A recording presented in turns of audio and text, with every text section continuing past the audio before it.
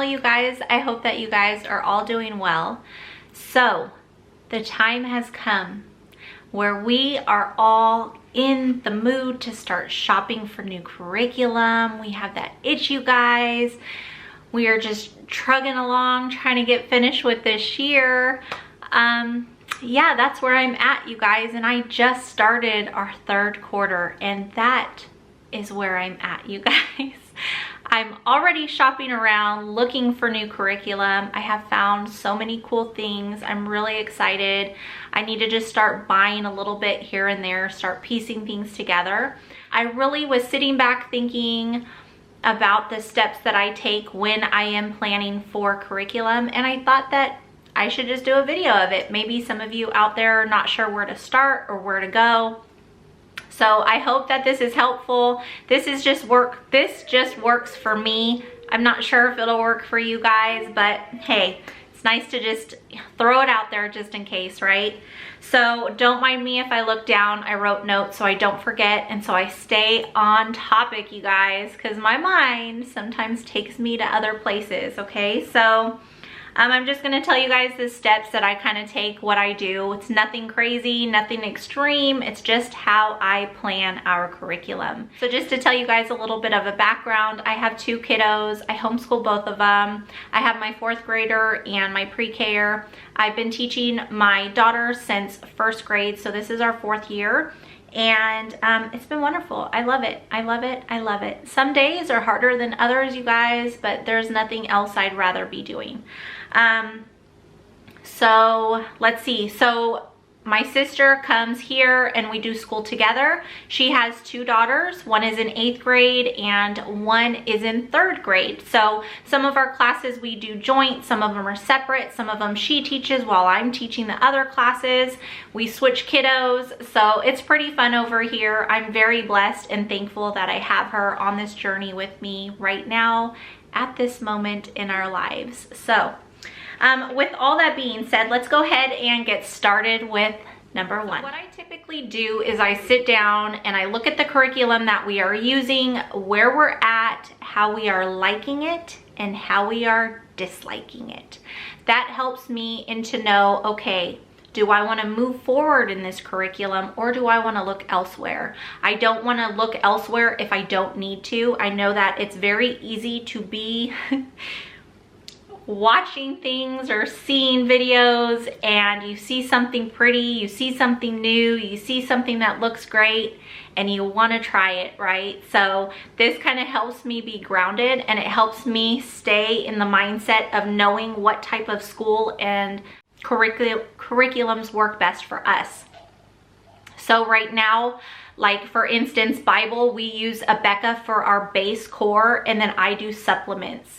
So Abeka, I am going to continue pushing through with Abeka's curriculum. We've used it since the beginning and I'm not even gonna lie, you guys, if you've been here on my channel, you know I love it and you know that I'm also learning a lot from their curriculum. And the kids know so much and that makes me so happy, and they have just come to love the Lord and that makes me happy too. So we're gonna stick with Abeka. I will be pulling in supplements. So basically with Bible, I am not gonna look at any other curriculum. I see Abeka in front of me, I see that it works. Now, on the other hand, I do supplements and I use books that incorporate into our Bible, especially when we do group Bible.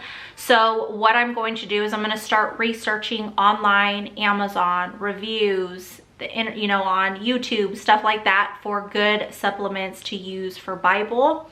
If there's any character building, if there's just different supplements, devotionals, things like that that can be used for the kiddos. This year I plan on getting through most of the books that we are using. I do have a few that I purchased this past summer that I was planning on using that I don't think I'm going to get to, so I will take into consideration what I already have on the shelves also before I start shopping. It's super tempting and there's so many cool things out there, but you guys, sometimes you just can't afford to buy every book you want, right? Okay, so the first thing we want to, or I, not we, because you guys may do it different, but I like to check on my curriculum, see what's working, see what's not. Then I look at the guidelines for HSLDA. So basically, if you are not familiar with them, they are a, I don't know, like an organization with lawyers that help homeschoolers with laws.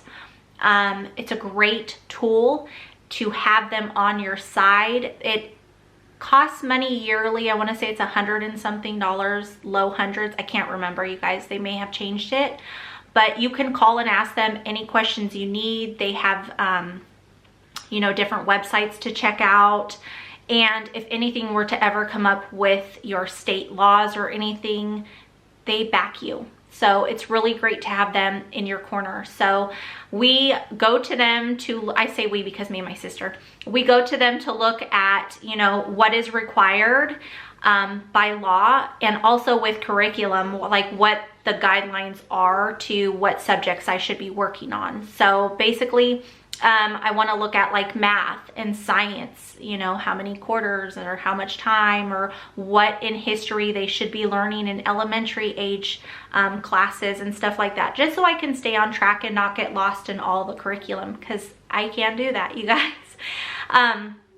Also know that now that we have our 8th grader, my niece, she will be in high school next year. So that's very important. We're already looking into what she needs, what credits she needs, what classes, because that's going to be the worst thing is once she's in 12th grade and ready to graduate and they have the transcripts and they say, you're missing this, you need this credit, and we don't have it. So we're looking ahead with that. We're trying to have a game plan on what she needs in order to get her credits. That's another thing that's really good to have HSLDA in your corner for, is especially high school, because they will take care of your transcripts for you. And I believe they'll even send them out to different colleges or universities or whatever that you guys are trying to get your kiddos into. So I think that it's, you guys, transcripts already gives me a headache, and I'm not even there yet, like by far.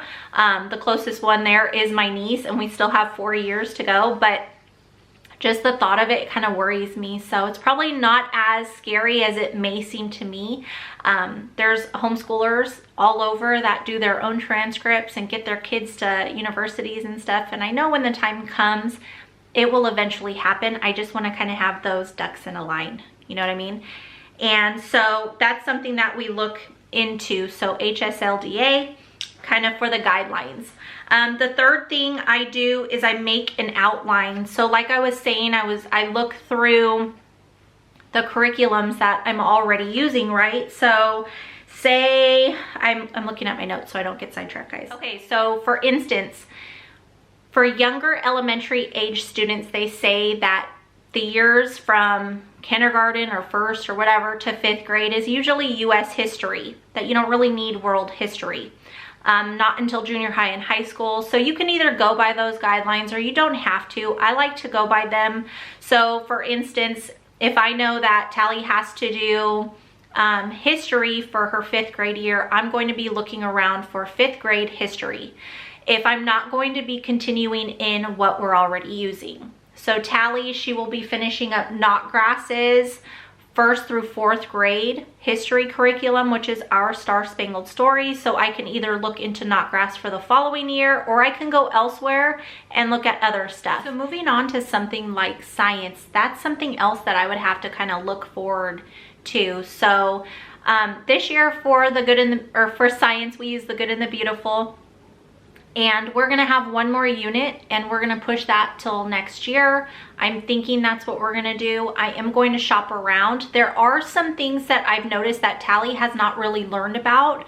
When she was learning through Abeka, they would kind of touch on all different subjects in one year. But when we did astronomy last year through Apologia, it was strictly just astronomy for that whole year. And so she didn't learn anything about like fossils and minerals and weather and stuff like that.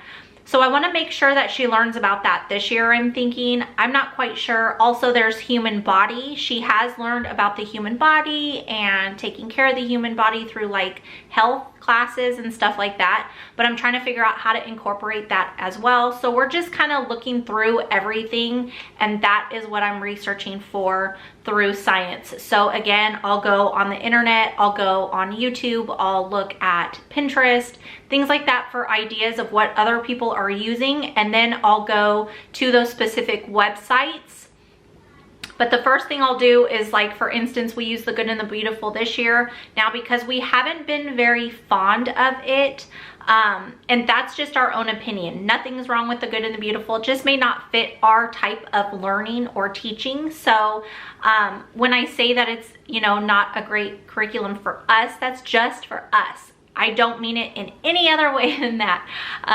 But so with that, I probably won't look into the Good and the Beautiful's units from now on, at least right now with my kiddo that I'm teaching now. As soon as my preschooler or pre-K-er gets into elementary age grades, he may really excel in the Good and the Beautiful, but for now, I want to look for something different. So as of now, we still have the Good and the Beautiful for the last 2 quarters of this year, and I want to see how we like that, because you never know, we may change our minds, you guys, and I may love the Good and the Beautiful, or it may just be certain units that we really enjoy and some that we don't, you know, having to do with the topic that we're working through. That may have something to do with it as well. But what I will do is, say we were working through a curriculum that we really loved, I would look on their website for that specific curriculum for science and see what they have to offer for the next few years. And if it looks interesting, then I will go with them or research some more and look elsewhere. But I do start with the curriculum we're already using to see if we can just continue using that same curriculum. I mean, if it's working well, that's what you want to do. Stick with what is working well. But if you're anything like me, you know that homeschooling changes year to year, month to month. Like 1 month something may be working and then the next month it may not. So we're just forever evolving and learning, right, you guys? So that would be the next thing that I would do, is just kind of make an outline and see what we actually need. So this one kind of ties into what I was just talking about. The next step would be researching, but you kind of do that as you're going. So you just want to go through that researching process. If something's working for you, research more into that one curriculum. If it's not, kind of branch out. You may even research what you've already been loving and found that the next subject or unit or topic or whatever is not going to work, so you move to the next. I always, again, check YouTube, reviews, flip throughs, the internet. All of those different socials are so helpful, you guys. I mean, it helps me tremendously. So another thing that I do that I have found really helpful in the long haul, like, I always look ahead. So yes, I'm planning for Tally's 5th grade, and I'm helping my sister with Ari's 4th grade, and I'm trying to plan out my son's kindergarten and my niece's 9th grade year, but I always try to look ahead. Because if I don't look ahead, what's going to happen is what's happening with us in science is there's some elements that are missing that Tally needs for junior high. And there's specific classes that I want her to take in junior high, and I don't want her to miss those before she gets into high school. So I like to kind of look ahead, make a little outline in my mind. Sometimes I write it. I don't keep those, but I kind of just write things out just so that it sticks longer. But just kind of have an idea of where you want it to go. So yes, I'm planning Tally's 5th grade year, but I'm also looking ahead for her junior high years to see kind of where she's going to go at that point, if it works out the way I'm thinking it will. Is it going to?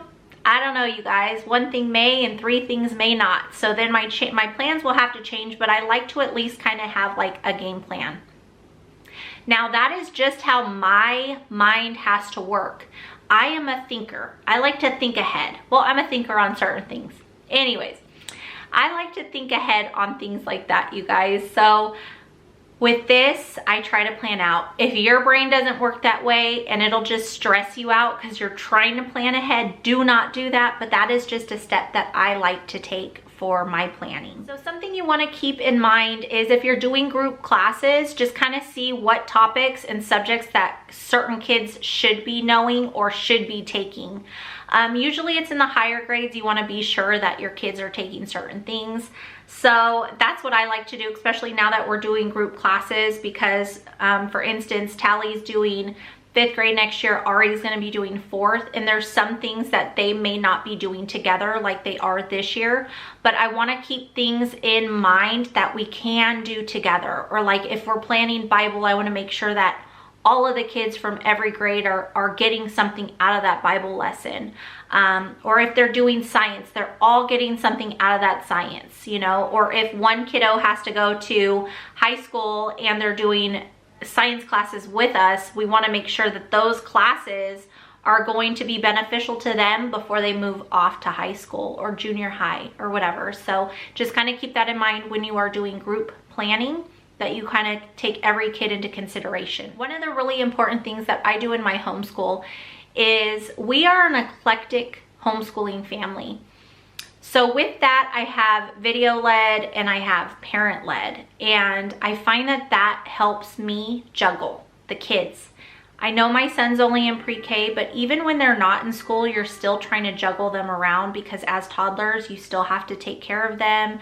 You know, when they're like up at their most active, you know, when they need to take naps. So I've always tried to kind of have a balance in that. And now that we're doing schooling together, we're constantly teaching a kid throughout the day. So having that video led helps us in our day to kind of better manage the kids. So I want to keep that in my mind as I'm planning for me specifically. If you're not a video led type of homeschooler or homeschooling family, then ignore this step, you guys. This is not a lesson, but ignore this step. But I mean, you may even be thinking about it. Maybe you're juggling the kids around too much. You're so like overwhelmed, you don't know what to do. I mean, there are lessons that you can do with certain curriculums that you can do video led that kind of takes that burden off of you, and don't feel bad doing it. Nothing's wrong with having a little help in your homeschool. But that is something I keep into consideration too, or I take into consideration, just so that I know, like, okay, if Tally has 4 subjects that she's video led and Isaiah has 3 subjects that he's video led, and they each have so many that aren't, how am I gonna work their schedule out together? You know what I'm saying? So that it makes sense for us as a family. So that's something I also take into consideration. But that's pretty much it, you guys. And then my purchasing steps, what I do for that is I try to buy a little bit at a time. I mean, for months, I'll just, you know, out of one check, I'll buy a little bit here. Out of another check, I'll buy a little bit from there. And I usually do like our added subjects.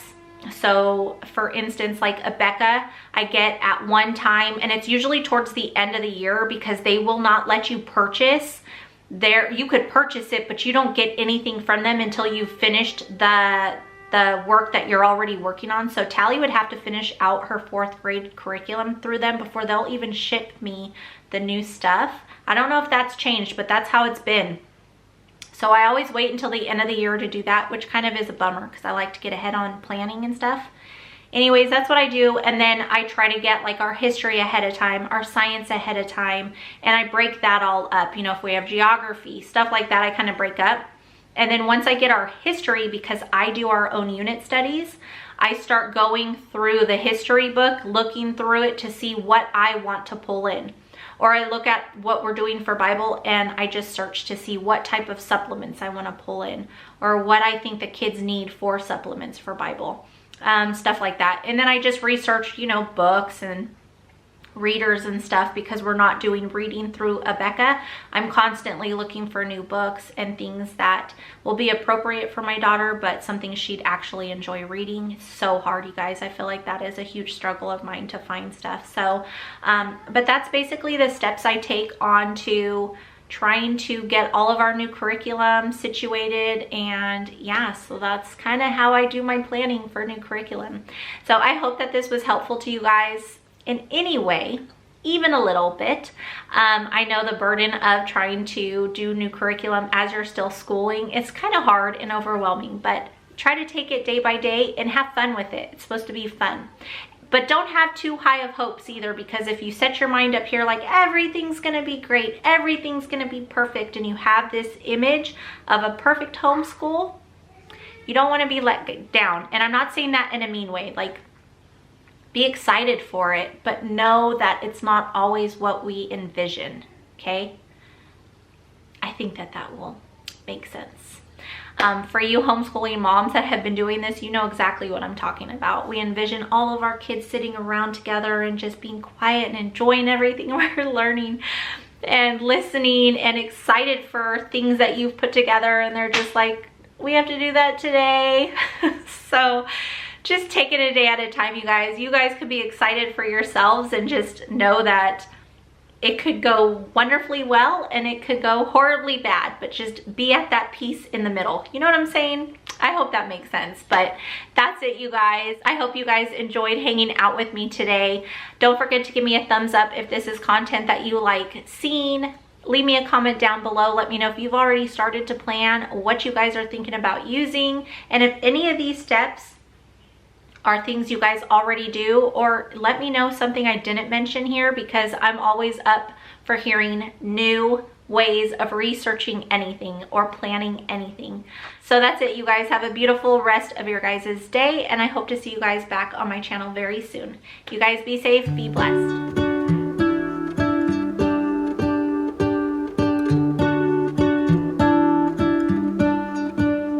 What if the world had more of your smile? What if the wind could spread your love? What if your sweetness could reach everyone? There'd be no wars,